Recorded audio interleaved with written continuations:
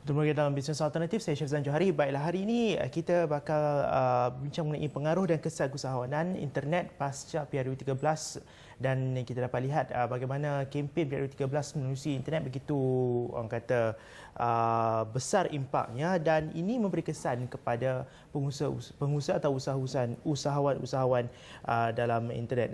Dan bersama saya ketika ini itu Presiden Persatuan Usahawan Internet Malaysia, Saudara Muhammad Azrul Muhammad Noor. Terima kasih kerana bersama kami di awal ini. Sama-sama. Pertama sekali, bagaimana Azrul melihat penggunaan dan juga permintaan, terutama sekali kalau melibatkan media sosial dalam kalangan calon-calon dulu dalam PRU13 ni, ada perubahan bagaimana? Okey, sebenarnya kita nampak daripada perubahan calon-calon, lebih banyak calon-calon sekarang ni menggunakan Facebook lah. Facebook Live terutamanya dalam sehingga 1 bulan terakhir mereka rupanya mereka meminta servis daripada kita, daripada persatuan juga ada ahli kita, mereka minta servis untuk meningkatkan like dan sebagainya untuk menyampaikan agenda dan propaganda mereka. So sekaligus apa yang kita lihat sebenarnya terdapat satu demand di mana secara tak langsung pada usahawan internet ni mereka yang telah menceburi dalam contohnya sebagai page manager dan sebagainya, jadi meningkatkan industri sendiri, menyebabkan kita yang dalam industri ini memerlukan menghantar lebih banyak lagi servis atau mengadakan perkhidmatan ataupun melatih orang-orang baru supaya ini dapat dikembangkan ataupun dapat digunakan oleh calon-calon dan sebagainya. Itu yang kita perhatikan, pengaruh impak ni mereka mula menyedari bahawa penting dan mahu menyampaikan lebih banyak orang dengan medium-medium yang dikuasai. Jadi kebanyakan permintaannya daripada kalau kita melihat kepada PRU13 yang baru berlangsung ni, permintaannya banyak kepada Facebook Managers dan juga Social Media Managers lah. Ya, betul, benar. Memang itu yang banyak lah. Sehingga kan ada juga yang terakhir, sebab saya manager juga advertisement di dalam Facebook, advertisement juga meningkat. Jadi target keyword berdasarkan demografik dan psikografik semuanya mereka cuba outreach ataupun orang yang bukan saja mass marketing tapi mereka cuba outreach mereka yang duduk di tempat yang mereka bertanding tersebut. Kalau dulu kalau kita cakap mengenai pemasaran social media, Twitter, Facebook, ia kebanyakannya orang kata melibatkan company-company, SMEs, brand, jenama-jenama. Dan sekarang ni politik juga masuk. Adakah ini satu perkembangan sihat kalau lihat daripada industri usahawan internet? Dia sebenarnya every changes come with opportunity lah. Maknanya setiap perubahan memang ada pro and cons lah. Jadi apa yang kita dapat lihat sebenarnya yang jelasnya perkembangan secara positif dan negatif juga berlaku lah. Positif tu maknanya ramai orang dapat berita. Maknanya ramai orang sekarang ni, dia kebanyakan sekarang kita dapat lihat mereka juga tidak memandang semata-mata berdasarkan televisyen ataupun berdasarkan semata-mata kepada surat khabar, tapi mereka juga fokus kepada contohnya media alternatif seperti Facebook sendiri. Mereka lebih mempercayai, itu yang positifnya. Jadi yang negatifnya pula mungkin berita-berita tidak benar dan sebagainya. Jadi banyak juga pergolakan yang tidak benar dan sebagainya ataupun manifesto tertentu yang memburukkan keadaan juga boleh berlaku juga. Okey, dan selain Facebook dan juga Twitter, media-media lain seperti YouTube, LinkedIn, adakah wujud permintaan seperti ini sewaktu kempen langsung? Ya, sudah tentu. Sebab contohnya penggunaan YouTube yang sangat viral.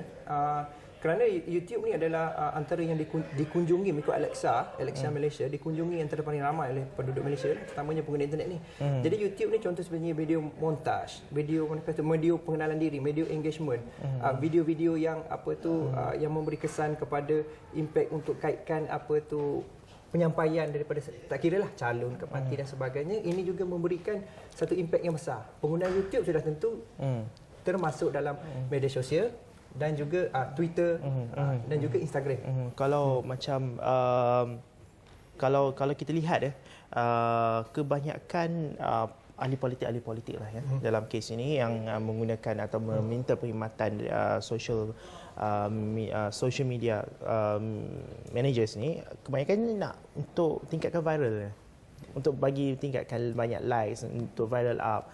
Jadi macam mana kita nak memberikan perkhidmatan itu to meet the demand? Okey, untuk meet the demand sebenarnya banyak cara lah. Satu itu daripada penggunaan video-video yang viral contohnya. Nombor dua ialah sebenarnya contoh sekarang ini ada perkhidmatan untuk increase like. Contoh, jadi calon tersebut mungkin ada 211, 210 sebagainya, boleh memberikan boleh meminta daripada mereka yang memberi servis like.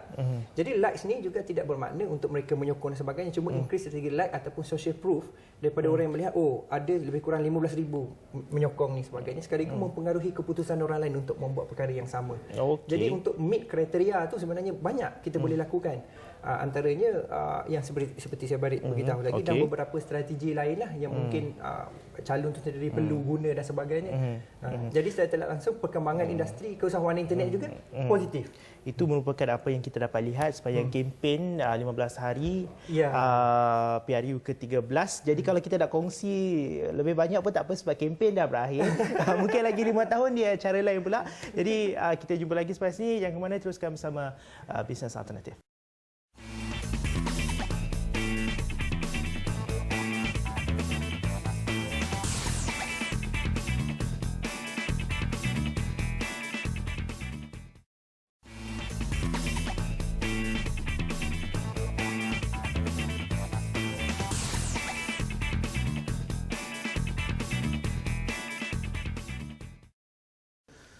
Bertemu lagi dalam Bisnes Alternatif, masih bersama saudara Muhammad Azrul Muhammad Noor, Presiden Persatuan Usahawan Internet Malaysia. Baik, kalau tadi kita cakap mengenai beberapa pendekatan yang diambil oleh calon-calon PRU 13, antaranya untuk hire perkhidmatan untuk tambahkan likes bagi orang kata mempengaruhi persepsi golongan tertentu.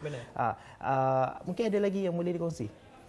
Banyak lagi strategi lah yang dibuat oleh, contohnya adalah persediaan konten-konten ataupun melalui blog dan sebagainya. Itu juga kerana search engine dalam kita punya tu, yang pertama kali ke Alexa Malaysia tadi, yang pertama sekali ialah yang facebook.com, mereka melawat, dan kedua ialah google.com dan google.com.my.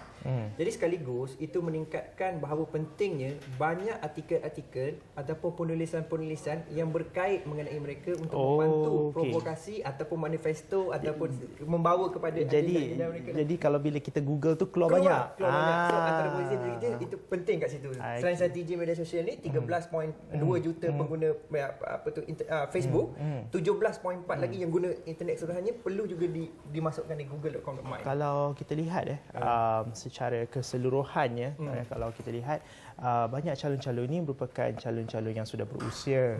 Boleh kata bukan banyaklah, separuh lagi calon-calon muda.